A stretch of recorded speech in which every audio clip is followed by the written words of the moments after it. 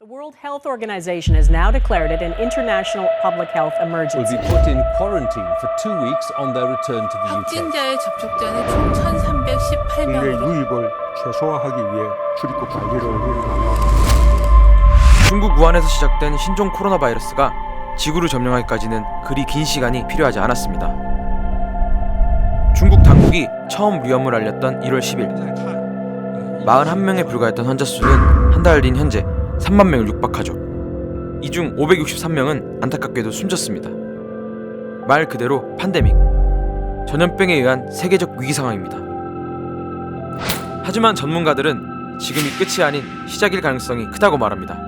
중국에서 집계돼서 발표되는 거는 일단은 빙산의 일각이라고 보시면 됩니다. 왜냐면 모든 환자에서 확진 검사를 한 게 아니고 심한 환자들, 호흡곤란이나 중증 환자들, 왜냐면 의료 시스템이 우리보다는 굉장히 낙후돼 있고 부족하다 보니까 모든 환자를 지금 수용을 못 합니다. 지금 중국에서 집계되는 숫자보다는 훨씬 많은 환자, 해외 전문가는 10배 이상의 환자가 있을 거라는 추정을 하고 있어서 이제 그걸 좀 감안하셔야 되고, 두 번째는 지금 이 신종 코로나가 많은 부분 잘 모릅니다. 그리고 그 예측 불가능한 방향으로 나오고, 우리가 새로운 뉴스가 나올 때마다 굉장히 놀라는데 신종이기 때문이죠.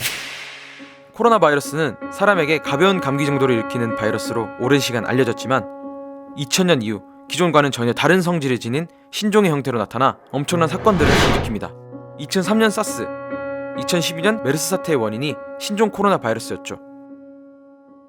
그런데 이번에 나타난 세 번째 신종 코로나 바이러스는 사스, 메르스보다 더 위험할 수 있다고 합니다. 증상이 나타나지 않는 잠복기에도 다른 사람에게 바이러스를 감염시킬 수 있기 때문입니다.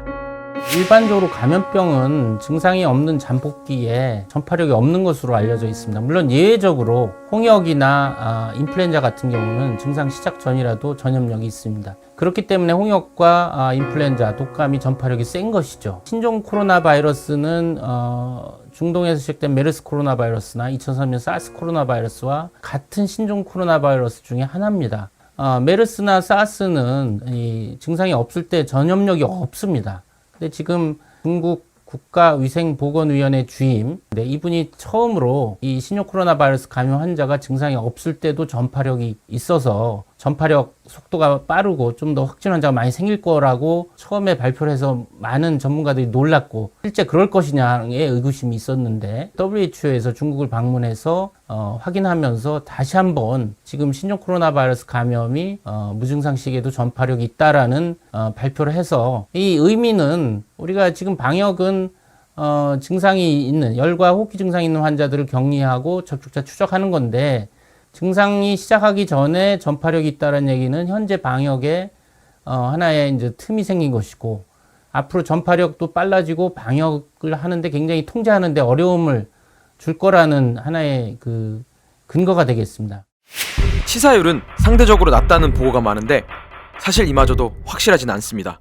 지금 신종 코로나 바이러스는 이제 출현한 지 공식적으로 2019년 12월 31일 날 중국 당국이 세계보건기에 보고를 했기 때문에 한 달이 안 됐습니다. 아직도 진행형이고 유동적이고 이제 시작이다라는 측면에서는 지금 치사율이 최종 치사율과 일치하지는 않을 겁니다. 잠정적으로 지금 2 내지 3% 정도 치사율이기 때문에, 우리가 이제 사스 때 치사율이 10%, 메르스가 35%에 비해서는 치사율은 상당히 낮아서 그 위험성은 상대적으로는 낮다고 볼 수가 있는데, 중국에서 처음에 우한시에서 41명의 폐렴 환자의 그 연구 결과가 이제 란셋에 수일 전에 발표됐는데, 폐렴으로 입원한 신종 코로나 바이러스 감염 환자의 사망률은 15%입니다. 전체적인 3%보다 높죠.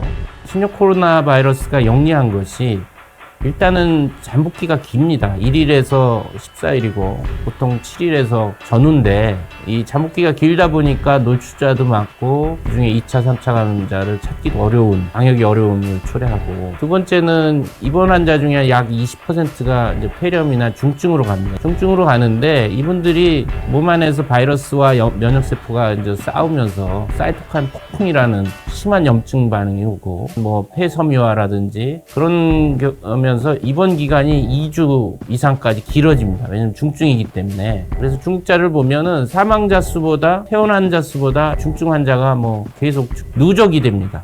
금방 퇴원이 안 되니까 추가적으로 사망자가 나올 수가 있는 것이죠. 하룻밤 사이에 이제 사망자가 그동안 100-200명이 팍 느는 이유가 그동안 중증 환자가 치료를 받다가 이제 한꺼번에 많은 다수가 사망자가 나와서 이제 그럴 거라고 이제 추정을 하고 있습니다. 이렇게 진화한 바이러스는 과거 우리가 가지고 있던 기존 방역 시스템에 구멍을 내고 있습니다. 정부의 방역이 바이러스의 변화를 따라잡지 못하는 겁니다.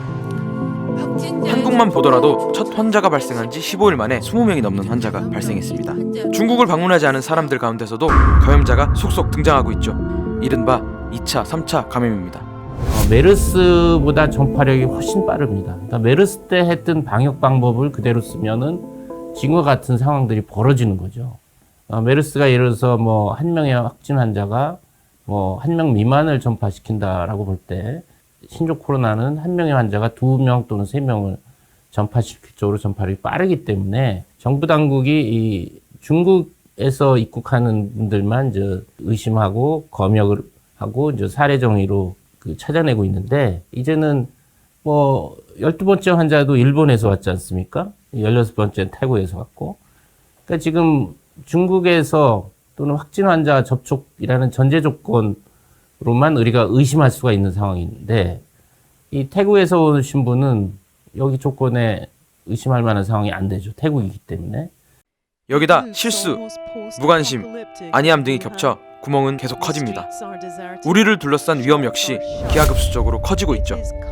6번째 환자가 3번째 확진자와 접촉 중에 감염이 된 걸로 이 두 사람이 강남의 모 음식점에서 90cm 거리에서 90분 정도 식사를 하면서 대화를 했기 때문에 밀접 접촉자로 정의가 돼서 자택격리라든지 좀 더 적극적으로 했어야 되는데 지금 보도에 의하면 능동감시가 돼서 느슨하게 관리가 되는 부분. 이건 분명히 이제 어떤 틈이 발생된 거거든요. 밀접 접촉자를 하면 확진 환자와 얼마나 가까이 오랫동안 접촉의 정도, 또 마스크나 보호장구를 착용했느냐 이런 걸 고려해서 역학조사관이 판단한다고 이제 보도에는 돼 있어서 주관적일 수가 있거든요. 이것이 연쇄 반응으로 1-200명이 아니라 이제 수백 명 단위로 지금 접촉자 추적을 관리를 해야 되는 상황이니까 이거는 일이 커지는 겁니다. 그런 측면에서 지금 중국이나 우리나라 발생 상황에 따른 새로운 정의, 그다음에 적용, 검사법 여러 가지가 이제